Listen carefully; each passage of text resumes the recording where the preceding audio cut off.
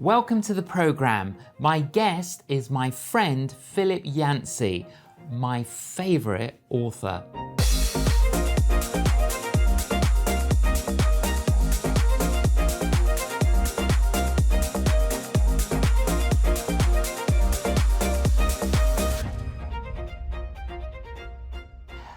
Welcome, Philip Yancey. Great to have you on the program.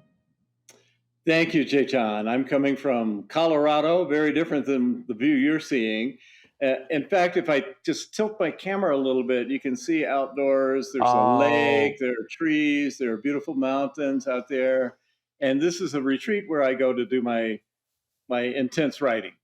Now, how long have you had that retreat place? Oh my goodness, probably over 20 years. When I'm home, in the old days, faxes, telephone calls, now emails, social media just keeps me from doing what I should be doing, writing. So I have to get away, unplug, and find a place more conducive to it. Now, just tell us a bit more, Philip. What's the rhythm for you? When you go there, do you go there for days or weeks? I usually go about 4 to 5 days in advance. And then I come home and pick up everything that's been going on while I was gone. So kind of a week on, week off when I'm in the middle of a direct writing project. And then are you quite disciplined about timing? What would be the rhythm of your day? I'm just very curious. Well, as you know, writing is all about mental focus. You've got to have one thing on your mind. And when I'm out here, ignoring everything else going on in the world, my brain does things that it doesn't do at home. So I will go to bed at night with a problem, not knowing how in the world I'm going to solve this problem. And I'll wake up and know the answer. And that never happens to me at home because my brain is being pulled in all these different directions. But if I'm working on a book, and only on a book, and I only spend a few minutes for lunch, breakfast, dinner, I'm just thinking all day long about that book, it gets all of me working toward the same thing at the same time. Absolutely. I remember when you and your wife Janet were with us in our home here in Chorley Wood. I remember you yes. and I had a conversation, and I said to you something like, "I'm a speaker that does a little bit of writing, but you're a writer that does a little bit of speaking." Well, I think that's very accurate. As you know, in the old days, publishers would sell your books for you, but now the only way people know that a book is out there is if you go out there and announce it and tell them. Absolutely. So I have had to learn to do the speaking, and I enjoy that because I get to hear stories from readers who have connected with my material. There's nothing more satisfying than to see the full circle of something that I'm working on today. Maybe 2 years from now, somebody will come up to me and say, "Let me tell you what that book meant to me." That's why we do it. Absolutely. But, you're so good, Philip, at telling stories. And we had the privilege of having you come and speak at our evangelist conference. So we had 200 evangelists for 3 days, and you came and spoke each day. And as I reflect on that, I think you imparted to us, I think the word impartation, in the sense that you gave us a little bit more faith and a little bit more hope and a little bit more love. I think you have a great empathy for people, and that's all. I've always loved that about you. Well, those people, they're the ones on the front lines. They're the ones doing the work. And I have the privilege of writing about people who are involved in kingdom work, who are working with sexual trafficking, or many doctors and nurses in hospitals, and those who are in developing countries or on the front lines in Ukraine, for example, sending humanitarian aid. And frankly, I feel kind of guilty that I'm not one of them, but my gifts are not in that direction. I'm not skilled in those ways, but I can from the rear support those people on the front lines and try to inspire and encourage them and just remind them how important the work that they're doing is. Well, you're doing a great job, Philip. I interviewed you 9 years ago, Mm. and my final question, because I saw the interview yesterday, my Okay. final question in the interview was, "What's next?" And you said, "I really want to write a memoir." Well, There it you is. did. You did.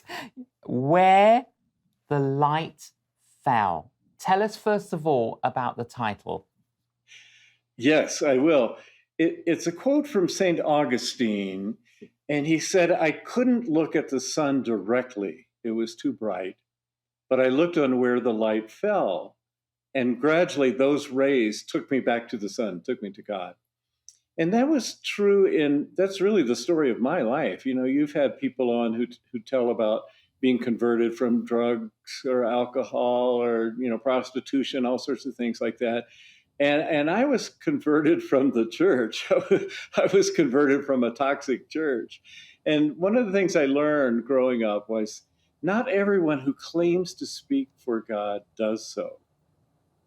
And I went through a period of rejecting the church. And I know a lot of your viewers go through this, but there are many people who are wounded by the church.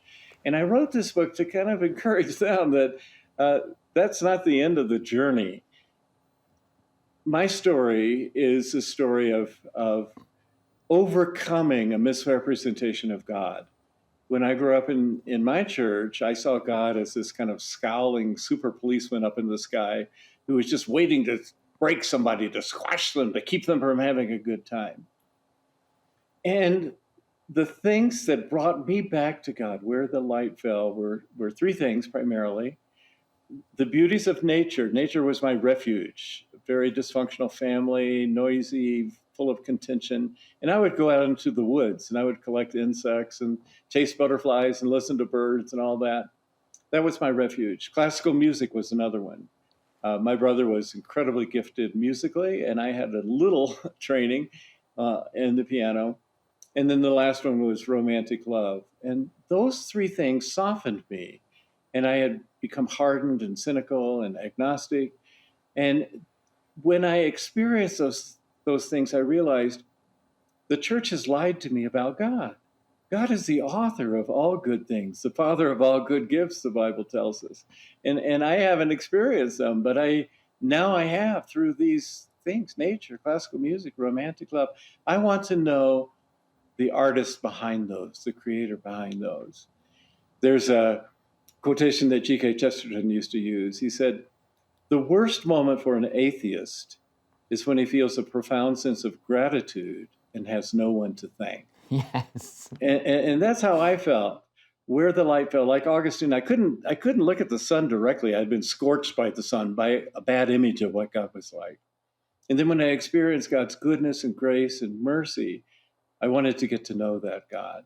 And so I started with where the light fell, and then gradually moved back, and through a remarkable conversion experience became the person I am now, a person exploring faith through my writing. And I mean, I honestly, Philip, we've known each other for a number of years. It was just so good to just read more about Mm. your life story. I think sometimes people might read one of your books and say, oh, Philip Yancey's got it all together. And yet, when you tell your story, like your father, he passed away from polio at the age of 23. You were only 1 and your brother was 3. Right. And your mother and 2 boys. That must have been tough growing up. The story behind that, my father was the victim of the pandemic going on back then, which was polio, a very feared pandemic because it mostly affected children. And thousands, tens of thousands of children in the United States were dying each year or being paralyzed permanently. My father was 23 years old, so he was not part of the main target group of No. that disease. but he got it and couldn't move. So they put him in an iron lung. It was a charity hospital. He wasn't getting good care. And he was in there for several months. And finally, a group of Christians believed that he would be healed. So he was planning to be a missionary. These were people who had supported him, who had promised to pray for him and support him financially. And they finally, against all doctors' advice, removed him from the iron lung. And for a few days, he showed some slight signs of recovery. But then a few days later, he died. Mm. And I lived under the shadow of what that did to our family. My mother was really not equipped career-wise to raise two children, to make a living. She had never written a check. She'd never driven a car. And she also, I'm sure, was burdened by guilt, by maybe anger at God, disappointment with God. She never expressed it. Her theology wouldn't let her do that. But I'm sure she felt it, and she took out a lot of that upsetness, that frustration on her two boys, my brother. Yes. Yeah, she was quite severe, strict, and would it be correct to say that her kind of disappointment in not being a missionary was imposed upon you and your brother, so that there were expectations upon you to maybe fulfill her dreams? Right. Yeah. Not just expectations, requirements. And when it comes in a kind of a sacred vow, religious ethos like that, it's really punishing. There are people, I've met people whose parents disowned them because they became an artist rather than a doctor or a lawyer. You run into that. And she had very strict ideas about how we should replace our father in Africa as a missionary. And neither one of us did that. In fact, my brother went the other direction, became addicted to a lot of different things, and considers himself an atheist today. And I tell her, look, my books get to Africa. I've been to Africa, but it doesn't compute with what she had in mind. And I'm sure a psychoanalyst would say she's projecting. She's trying to live her life through you, which she was doing. And I learned about how God respects our freedom and lets us even turn against God because he so values human freedom. Yes. He doesn't want a robot. He wants people to love him because of who he is. And humans aren't as good as God at loving. We tend to love with strings attached, especially parents. We have these ideas of what our kids should be, and if they are going a different path, we want to interfere, we want to change, we want to fix that. And it's a different style than God uses, frankly. Absolutely. For which I'm so grateful. Now, you grew up in a church that wouldn't allow African Americans to become members. Absolutely. Yeah. I mean, just saying that now, I almost can't believe it. The deacons actually printed a card. I think in the book I reproduced this card that says essentially, you're not welcome here. We know you're a troublemaker. If you want to know more about Jesus, call this number, but don't come to this church. Yeah. And it's astonishing as you look back on it, but this was true. They kept African Americans out. It was a thriving, very missionary-oriented church, but it kept getting smaller and smaller and shriveled, and finally just went out of business. And they sold their building, ironically enough, to an African American congregation, and the walls are rocking again now. Isn't that incredible? That is amazing. But just picking up on something you said earlier, Philip, obviously the church you grew up in, the family environment was not healthy. And many people today are disillusioned with the church, and the church has become a hindrance rather than a help. Yeah. And they often infer, I like Jesus, but I don't like the church. but they give up on faith. What would you say, particularly as you have experienced this and come through? This comes up all the time, J.John. I'll be sitting on an airplane, and if I'm really busy, somebody may say to me, "Oh, do you live in Denver, or are you coming from another town? And what do you do?" And if I'm really busy and I just don't have time to talk, I'll say, "Well, I'm a Christian writer, and I write about existential issues of faith." And then they say, "Oh, okay," and they never ask me another question. but but often when I have time, I'll engage in conversation. What do you do? I'm a Christian author. Oh, really? I used to be in that when I was young. I went to a summer camp and we went to church, and I was really into that. And then they tell me their story, and it may be the way their parents were treated when they got a divorce, or maybe the way a gay person was treated in their church, or learning about science in university that conflicted with what they had heard in church. And they'll tell me these stories, and I'll laugh and say, "Oh, you know what? It's a lot worse than that. Let me tell you my story." And they'll say, "Wait a minute, I thought you were a Christian author." And I'll say, "Well, I am. I do write. I write about my exploration of faith. But it would be a bad trade to forfeit a chance to have an opportunity to relate to the Lord of the universe who created everything here because of the way somebody treated you 20 years ago, or your family. That's a bad trade. So let's separate out that church from the reality." And people are open at some level. Most people do feel some sort of religious feeling, some sort of spiritual thirst.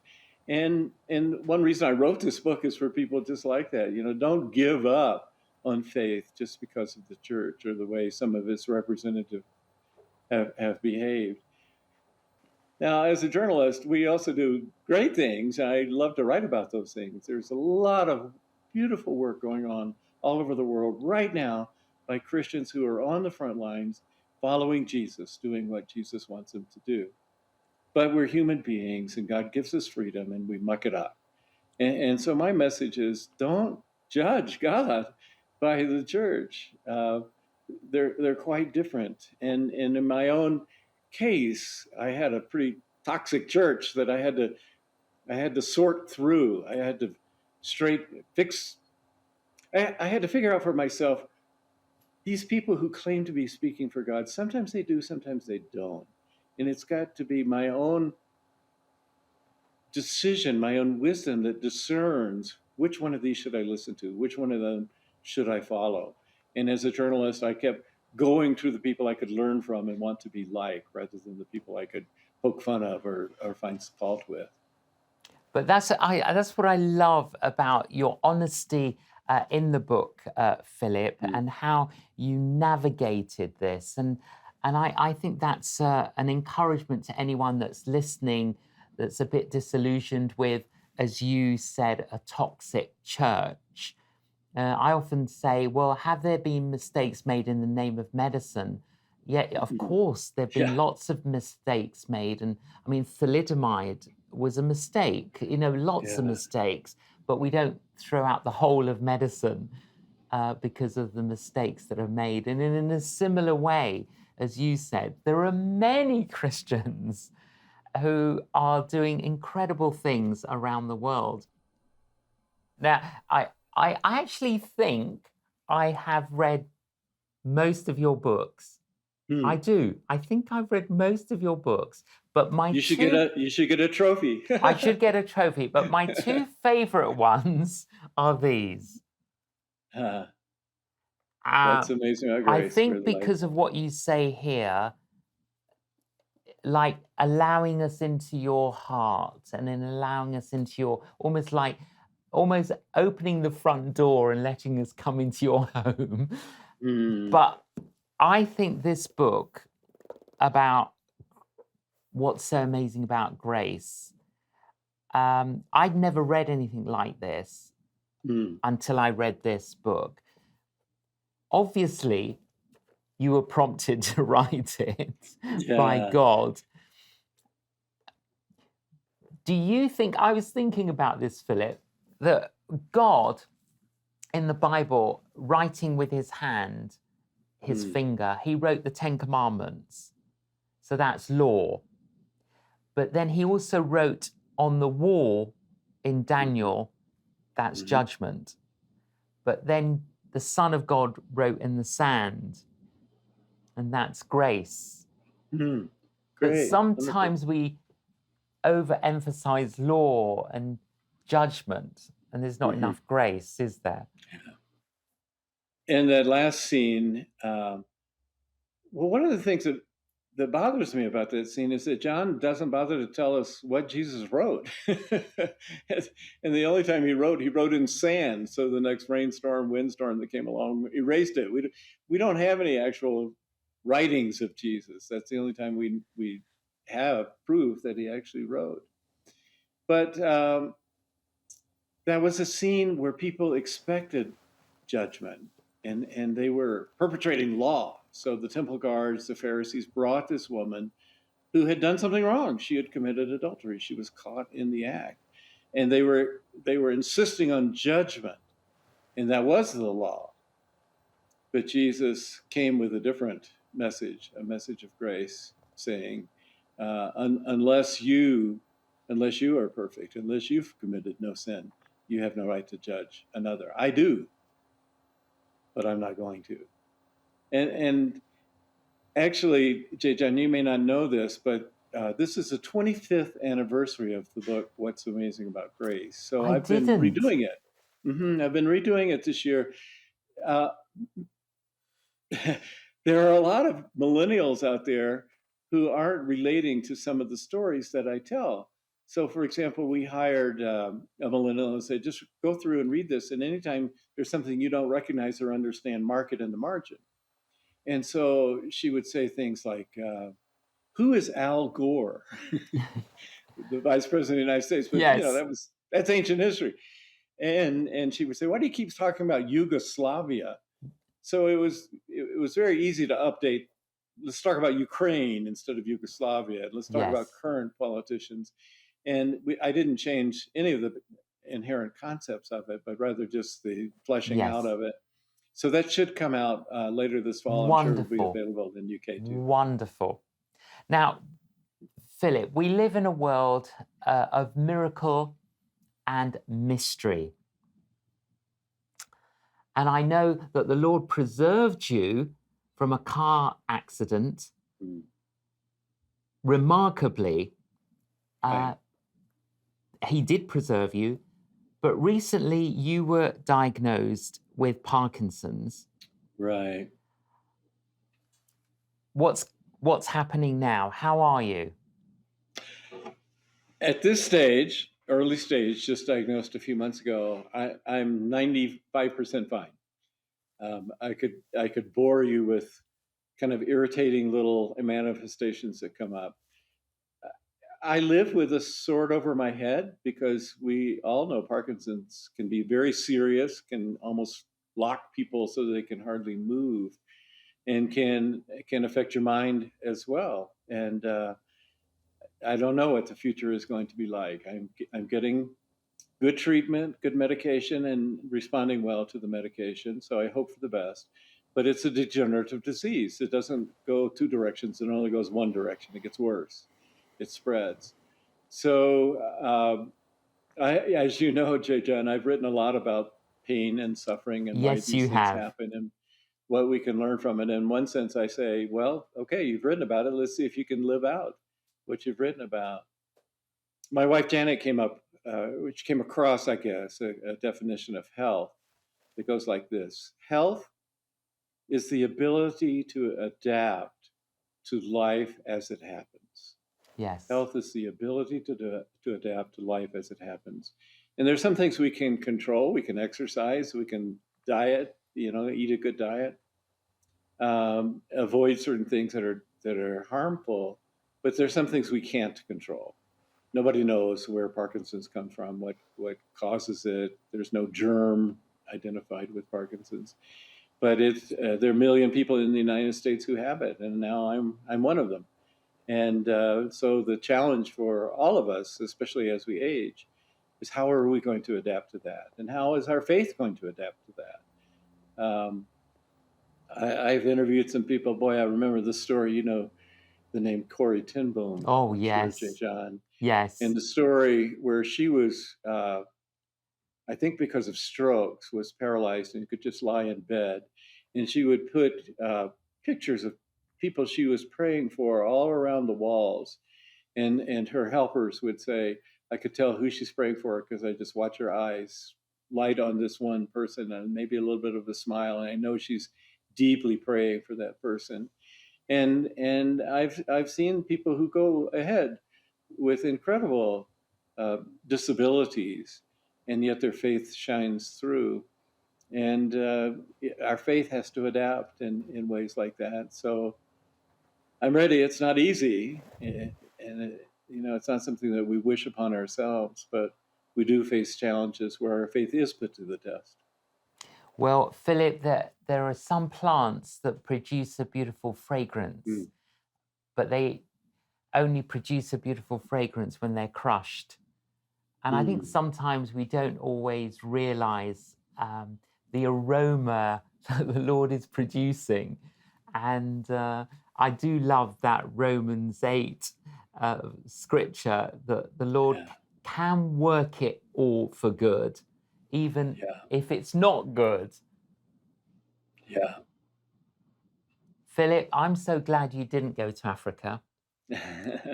Of course, I know some people have to go, some of us have to go, but I'm glad you didn't go um, because I think God had a global reach for your ministry. Mm. And I am one of the beneficiaries of, well, not only knowing you personally, but just being able to sit at your feet and soak in these. Philip, really appreciate you taking the time in the middle of your writing to join us on the program. Thank you, Philip.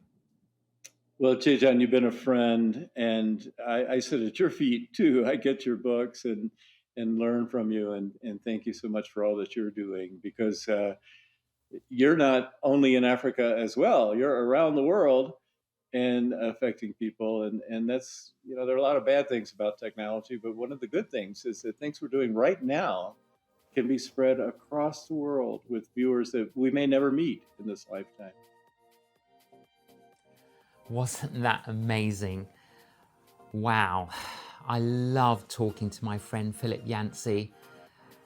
I'm always touched deeply and stirred, and I'm sure you have been as well. Thank you for joining us on the program. Please join us again.